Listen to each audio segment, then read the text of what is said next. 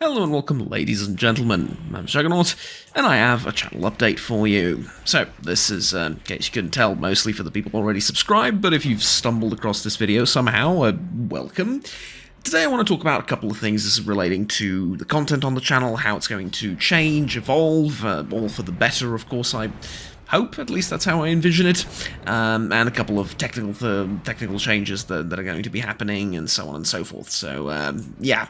There's also a couple of personal things I have to talk about. Like I said, it's been a while since I've really done one of these types of videos, and it's high time, obviously, to do one. And above and beyond that, I have some very exciting news. So, first and foremost, after 8 years, I think, since it's initially been introduced into this town, and a whole 6 years since it's been introduced into my street, specifically, I am now physically, legally able to get optic fiber internet. And I signed a contract for that. I'm preparing, it's in the final stages of preparation, so to speak. And I will have optic fiber internet in a couple of days.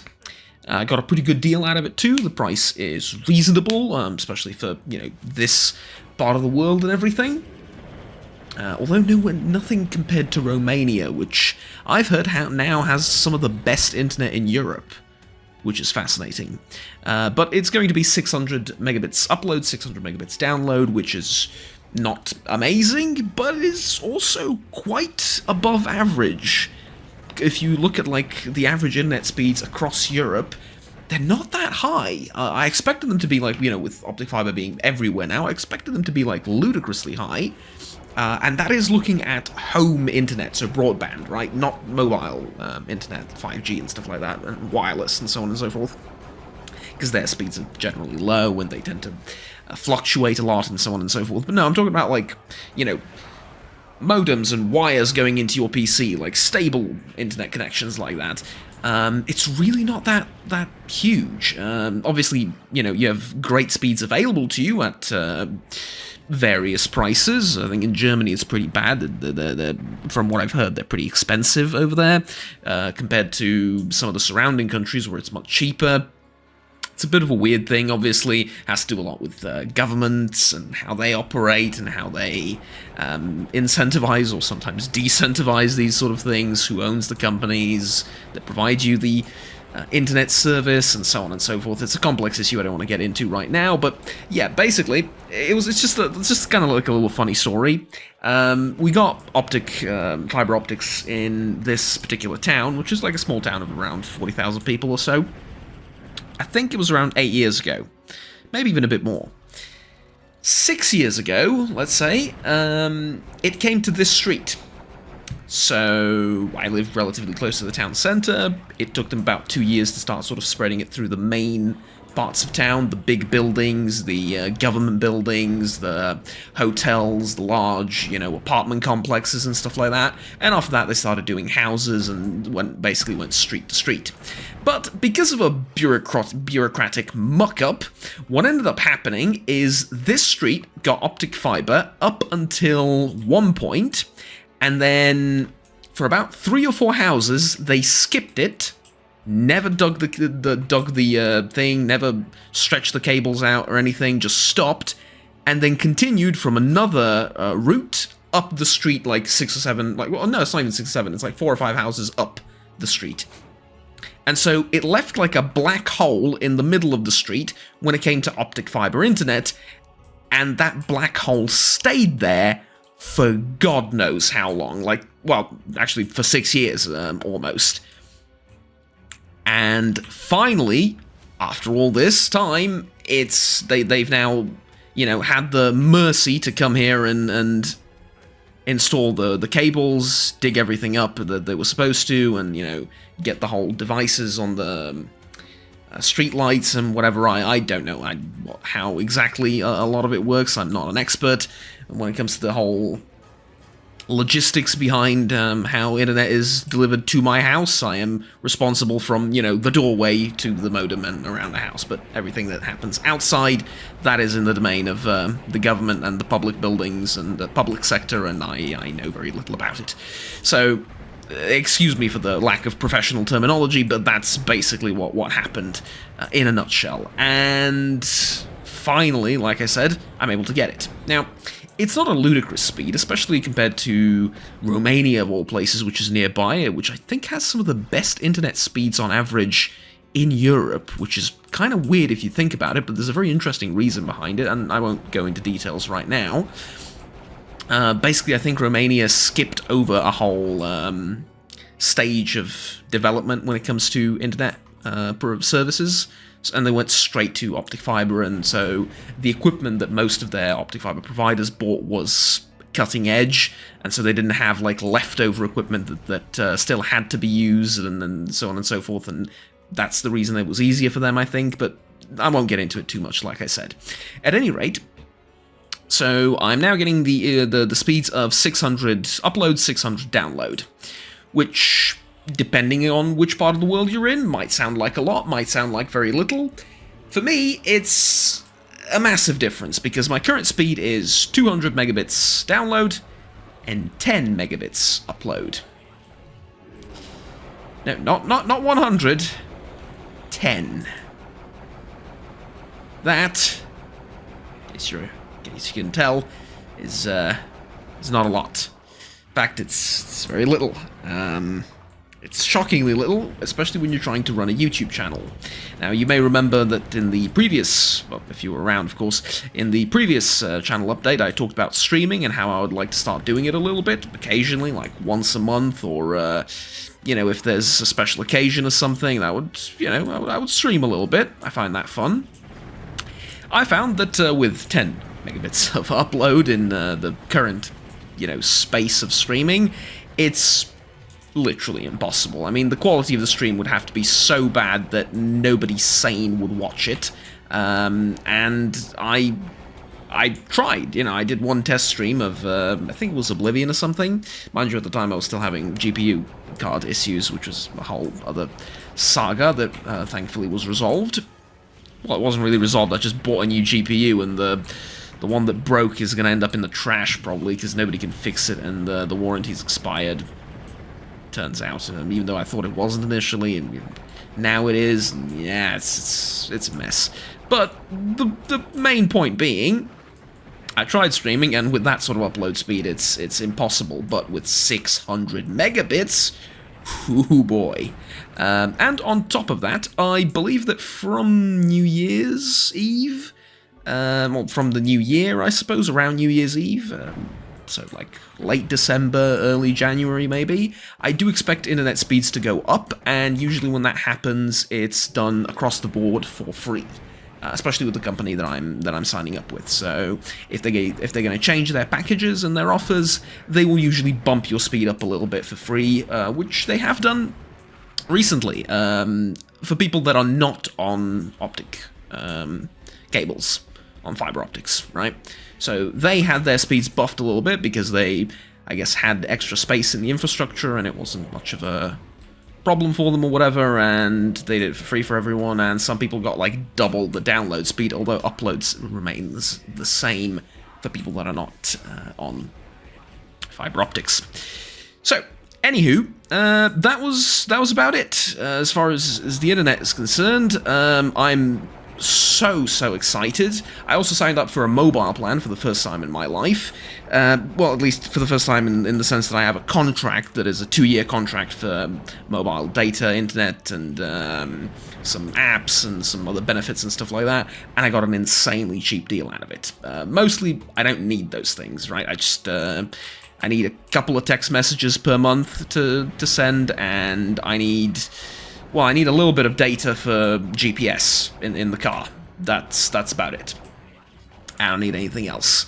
Occasionally, it's not bad to have, like, data on your phone if you're commuting from place to place, so you want to play music, but nowadays I tend to download most of my songs so I can put them in playlists and organize them and stuff, so overall, not something I really needed, but I got a dirt cheap deal out of it. I think compared to the regular price, I got like 70% off for the entirety of the 2-year period that the contract is on, with the opportunity, if I want after those 2 years, to extend it for another 2 years at the same price. I mean, it's brilliant, right? It's absolutely brilliant. So I am more than happy that that came through, and it's with the same company, and it's happening on the same day, give or take, like, you know, well, roughly on the same day, like maybe 1 day apart between the two things, but still, absolutely thrilled that I'm moving from a third world, well, it's maybe not fair to call it a third world internet connection, but like from a pretty terrible internet connection, especially when it comes to upload, which is vital for YouTube, to something that is actually decent and can be used for both streaming, uploading videos with ease, so I don't have to wait, like, you know, through the entire night or leave the computer overnight to upload or whatever. I can get videos out more quickly and more conveniently for me. And you know, obviously I can then, because of that, upload more regularly, and yeah, just generally I am thrilled. So, with that in mind, the reason I'm talking to you about my internet so much is because that's sort of going to affect the channel. Well, not sort of, it's going to affect the channel very much. I expect that I will be making videos a little bit more consistently, not skipping days as I sometimes tend to do because of work, because of slow internet, you know, because of various reasons, but I expect that that will happen less, and I will do streams occasionally now that I have the ability to. I have the software set up and everything. I'm ready to go, just need the new cables hooked up, and that's it. Other than that, I also have an announcement, and that is that my job may change somewhat, or I may get fired, or I might stay and do the job that I'm currently doing. It's all in a state of flux currently, which is kind of interesting, but whatever the case may be, I expect to have a little bit more in the way of free time around November. So, around November, I should be finished with most of my PhD stuff. I'll have to write like a couple of... It's kind of like a letter-style thing that you write, basically an explanation of what your PhD thesis is going to be about, and then you submit that, and if that gets approved, you get to start writing your thesis, and it's a very long and arduous bureaucratic process, but the process that should have happened around April this year was delayed because of strikes, protests, and so on and so forth, and as a result, my contract is about to expire in February. So, and one of the stipulations to get a new contract for another 3 years is that I've submitted all of that paperwork that I just talked about. But I couldn't have physically submitted it on time. The stipulation is you submit it 6 months before the end of the contract. Which, if you can do math, if you can do some basic math, which I can't most of the time, I need a calculator, so I'll help you out here. I'm late already. And I'm going to be late even more because it's physically impossible to get all that stuff done, not because of me and my laziness, but because it's a process that takes time, right? It needs to be publicly available, it needs to stay up on a website of the university for a month, and then there's all sorts of like these little bureaucratical things that stop you from just, you know, writing it, submitting it, and going, right, jobs are good and done, let's move on. And as a result of all of that, I'm now in a bit of a strange position. To make my situation even stranger, I got offered a teaching position in my university. But my contract still expires in a few months. So am I going to work there in a new capacity for just a few months? Does this new job offer me a different kind of contract in the future? I don't think so. What does that mean for me? I am not sure. But whatever it is, I'm not stressing over it. Because I've done everything in my power, right? I've done everything in my power to keep my job, to do well in my job, and I've done pretty much everything that a PhD student should at this point. And so, as a result, if, because of those strikes and protests and stuff, the paperwork gets delayed and I don't get the extension to my contract, or technically it's a whole new contract, right? If I don't get it, it's not my fault. It's just, you know, it is what it is. There are other job opportunities around, and generally speaking, people with PhDs tend not to starve, right?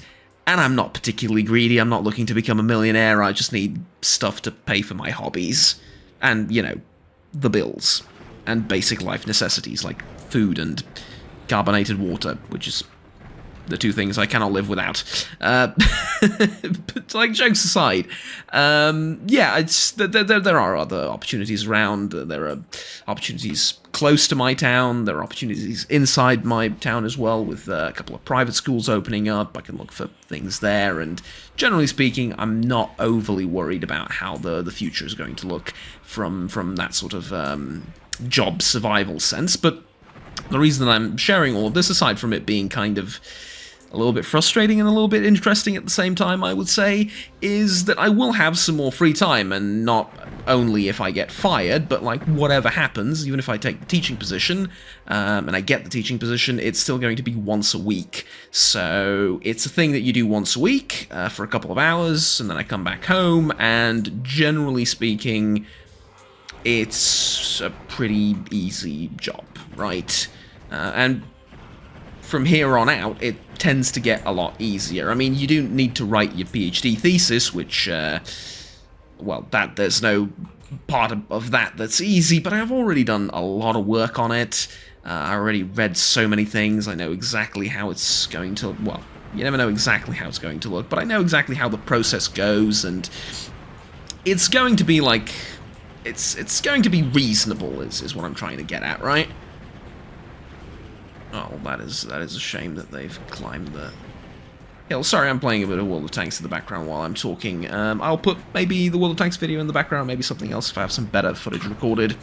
At any rate, so I will have a little bit more time, and I will dedicate that to the YouTube channel, which, speaking of, and that's my next and probably, well, second to last topic of the day, which has been, like, the YouTube channel, I mean, has been a bit stagnant recently. And by recently, I mean over the course of the last month and a half or so.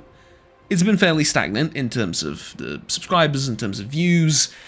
People sort of come and go, and I understand that's entirely normal for channels, but it's also partially on me, right? The Let's Plays that I'm producing, I currently have 3 running, which is... it's not exactly difficult to keep up with all of them, but it's not easy. You know, it's 3 different video series, edit, record each and every one of them, upload each and every one of them. They take hours to upload because the internet is what it is, shall we say? But as on the whole, it was all right. Where the main sort of problem for me comes in was that I wasn't able to produce any sort of diverse content, and I don't mean that in a Hollywood sense. I mean in the sense of, like, first impressions of video games. I didn't make any literary subject videos recently. I just stuck to the Let's Plays that I have, which garner a particular audience or don't, and then you know, that there's not much room for growth there as far as the channel is concerned.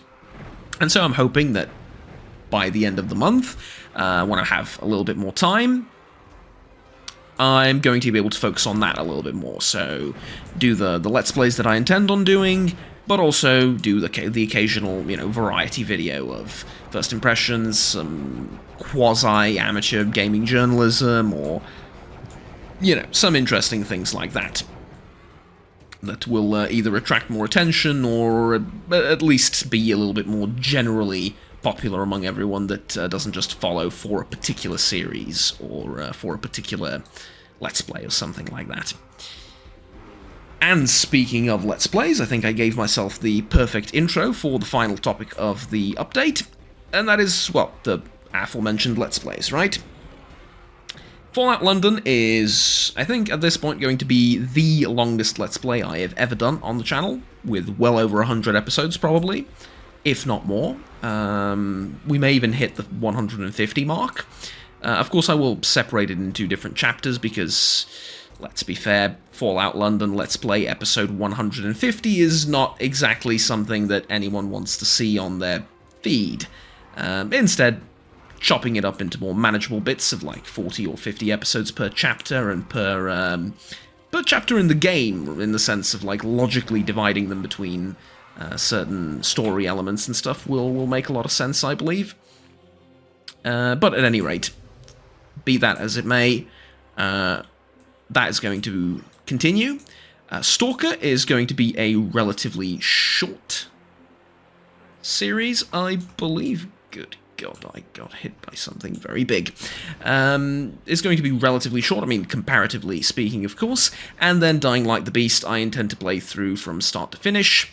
And that is not going to take a lot of episodes, because I know roughly how long the game takes to beat, and I don't really intend to go 100% perfection on it with collecting every collectible and all of those things. I will do all of the side quests, at least all the ones that I can find on the, you know, all the obvious ones with the quest markers on them and stuff.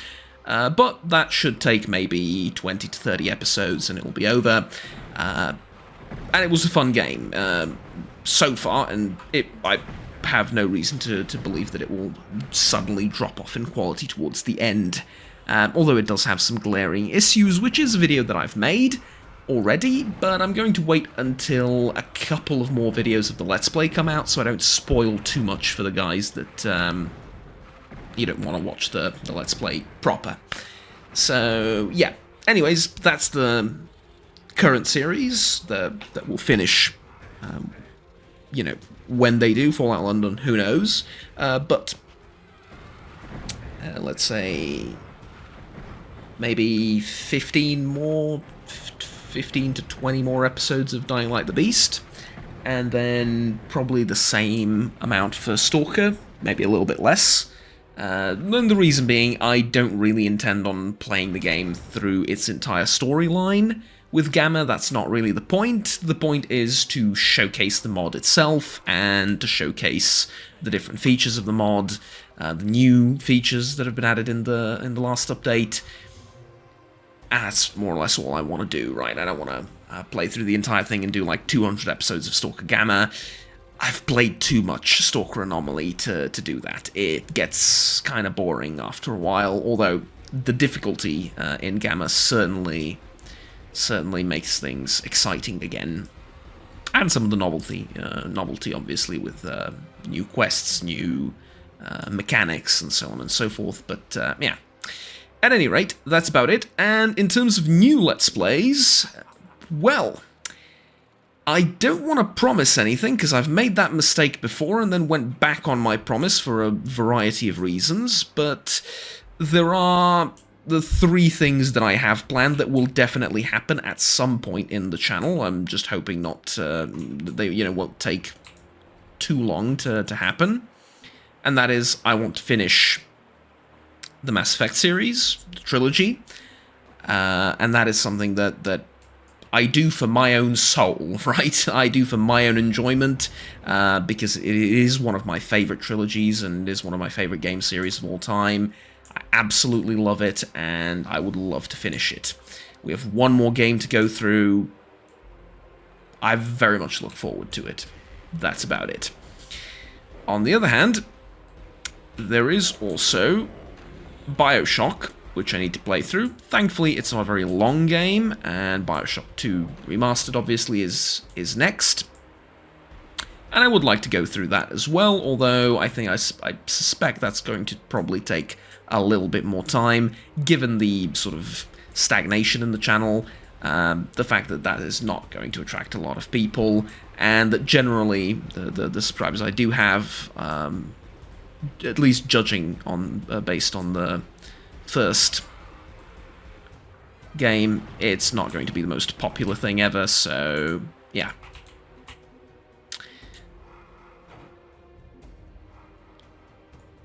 At any rate, after that, I have been told that no self-respecting and good Let's Play channel can exist without a Let's Play of Baldur's Gate 3.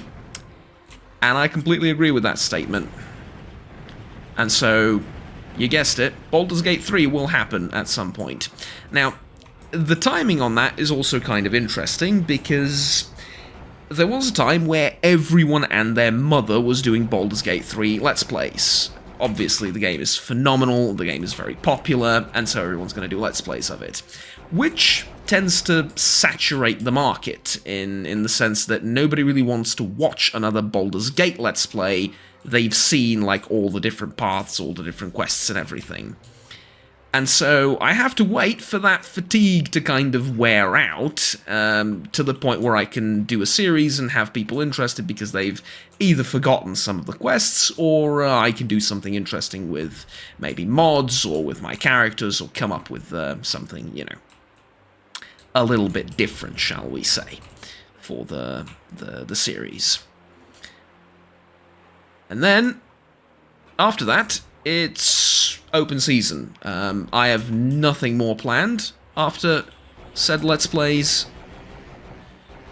I will focus on whatever game I like, because sticking to what I said at this point almost a year ago, I think, I am done chasing clout. I am done playing the new popular games because they're new popular and they might attract me a few more subscribers.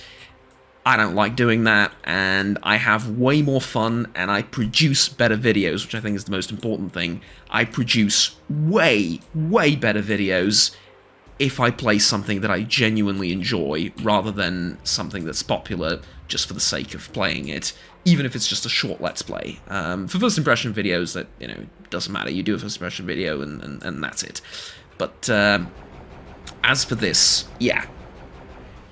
And so that's exactly what I'm going to be doing.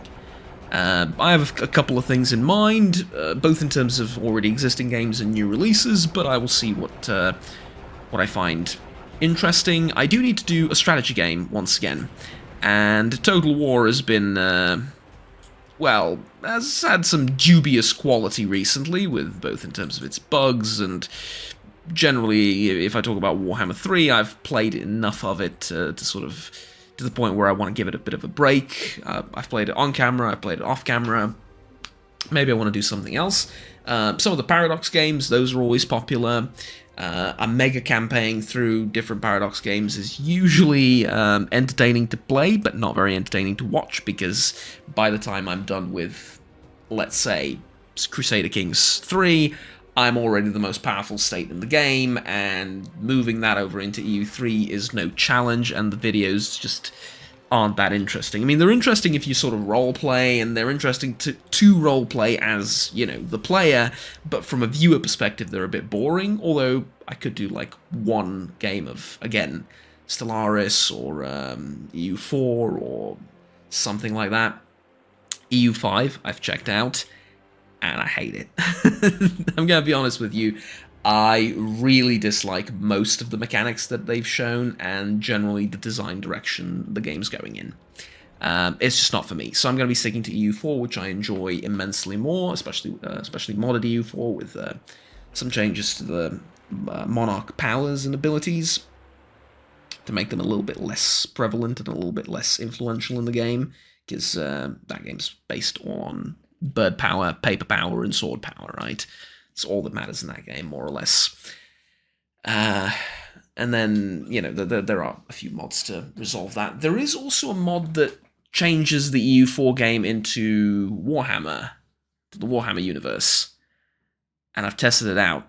It's really fun. I might do, like, a couple of videos on that later down the line, just for the strategy game fans on the channel. But we shall see. There is also a new Total War game that's supposed to come out soon-ish, and I believe it's going to be Warhammer 40k related. So, yeah, I am, needless to say, beyond excited for that. But overall, as a whole, I'm just pretty happy. Despite the uncertainty about my livelihood and my job, I mean, I'm not overly worried. I will find something to do, or I will continue doing this. Either way. And as for the games themselves, and as for the sort of general quality of life, I have seen nothing but improvements recently, and I understand that I am both privileged and blessed to be in such a situation. Yeah, I've got a car. I've fixed it up. I've invested some. Well, invested. I've spent some money on it because every time you buy something for the car, you're not getting anything back, so it's not really technically an investment. But what I mean is, like, I repaired it. I installed some new electronics on it, and so on and so forth. So that's been a major improvement in my life, and now every time I need to go to work, I have a pleasurable drive from A to B, and I don't need to use the public transportation system to commute, even though I will still usually, I still will use it occasionally to save money and be a bit more ecological and stuff like that. But regardless, I'm in a pretty happy spot, I'll be honest with you. Except for one thing, and that's my spine problems and my health. That's, life likes to throw in a wrench at you every now and again. When everything's going well, it tends to sort of pull you back a little bit and say, let's stop right there. I've had spine problems for about 6 months now. And I've talked about them in a couple of videos. They consist of having this feeling of being electrocuted in the right side of my body, and it's like the hand, and it goes down to my thigh, and it gets better and worse throughout the day. Sometimes it's really bad, sometimes it's not that bad, but generally speaking, it's mentally exhausting. Physically, it doesn't really stop me from doing much. I can drive, I can make food, I can walk, talk, do most things relatively normally, just it's very uncomfortable and a bit painful, but mostly just extremely uncomfortable. Like, it's more uncomfortable than it is painful, but yeah, it is mentally absolutely exhausting, and that's no fun, obviously. But I'm hoping that will resolve itself. I've done a myriad of tests, went to several different doctors, got their opinion on the matter, and at the end of the day, there isn't really a procedure that I can do to fix it. It's more of a case of create good conditions in your body for it to heal itself. That's generally what it comes down to. And, yeah, it's not really what you want to hear when it comes to situations like these, but at the same time, there's nothing else I can do except just sort of wait for it to get better, I suppose. But perhaps I've shared a bit too much of my personal life. It is a mishmash of a video in that sense, where I wanted to talk about a variety of things. And that's all that's going to be happening on the channel. And now you're set. Now you know for an extended period of time what to expect. And I hope you stick around, because generally speaking, with more time and, less of a hassle to upload videos and more free time from my side and less day-to-day obligations when it comes to my university work, I hope that I'm going to be able to produce higher quality videos for you overall, and more videos for you overall. My name's Juggernaut. That's all I had for the day. Have fun, take care, and I will see you soon. Bye-bye.